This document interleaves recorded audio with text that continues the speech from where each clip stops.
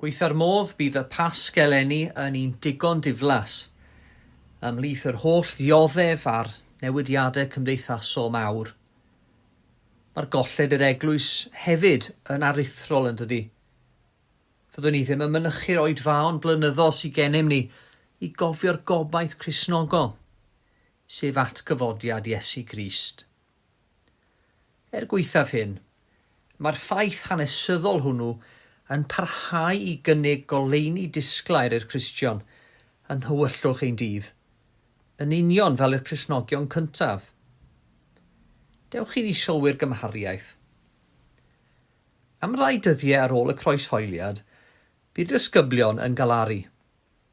Roedd yr Iesu wedi marw a phopeth yn ymddangos ar chwâl. Bu'n dweud wrthynt ei fod wedi dod i'r byd i achub ei bobl rhag eu pechod a rhag marwolaeth. Felly beth roeddent i gredu ar ôl gweld y croeshoeliad a'r Iesu ei hun yn y bedd? Roedd hi'n ymddangos i'r disgyblion ei bod wedi colli'r newyddion dal o wenydd mawr, yn ogystal â'i cyfaill. Ond beth ddigwyddodd wedyn? Ydych chi'n cofio profiad Mair Fagdalen? Daeth hi'n gynnar at y bedd fore Sul, a'i eto'n dywyll.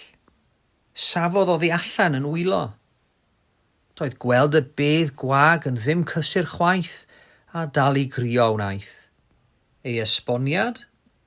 Am ddwyn ohonynt wyf arglwydd i ymaith, ac na sgwni pa le dod asant ef. Dyma oedd y dehongliad rhesymol wedi'r cyfan, ond roedd hi'n anghywir. Oherwydd yn y cyfamser, roedd yr Iesu atgyfodedig wedi dod tuag ati hi, a Mair heb ei adnabod. A hithau da mewn galar, llyfarodd Iesu un gair wrthi. Mair, meddai.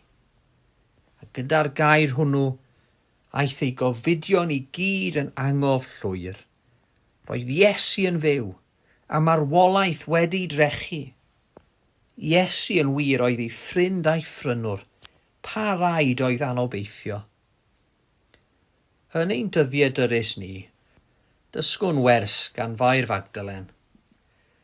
A mae'r hwn a drechodd ein gelynion a'n ein gwahodd ni fel Mair i godi ein golygon a'i nabod ef a grym ei atgyfodiad.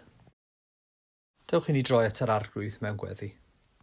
O drigarog dad, trwy dy air a'r sacramentau sanctaidd, creuais dy eglwys yn y byd i fod yn deulu ac yn gymundeb sanctaidd. Arwain a bendithiad y bobl i ni gael noddfa a thangnefydd yn atgyfodiad Iesu Grist. I ni gael byw yn barhaol mewn ffydd tuag ata ti a chariad tuag at ein cymydog.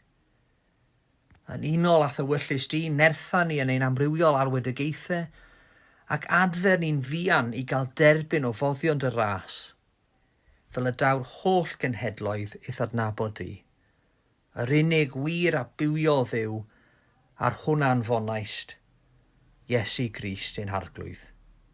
Amen.